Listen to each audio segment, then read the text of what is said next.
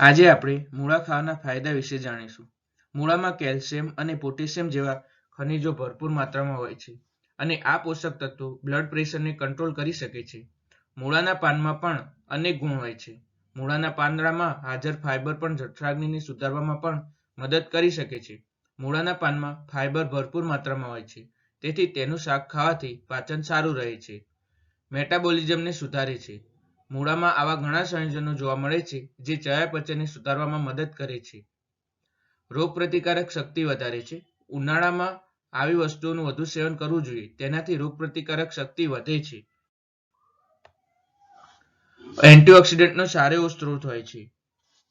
મૂળામાં એન્ટીઓક્સિડન્ટથી ભરપૂર હોય છે.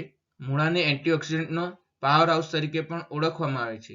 તે મુક્ત રેડિકલ અને ઓક્સિડેટિવ તણાવ ઘટાડવામાં પણ મદદ કરે છે. ઉનાળામાં તાપમાનને કારણે ઓક્સિડેટિવ સ્ટ્રેસ વધી શકે છે, જેના કારણે અનેક રોગોનું જોખમ પણ વધી જાય છે. આવી સ્થિતિમાં જો મૂળાનું સેવન કરવામાં આવે તો ઉનાળામાં થતા રોગોથી બચી શકાય છે. બ્લડ શુગરને સામાન્ય રાખે છે.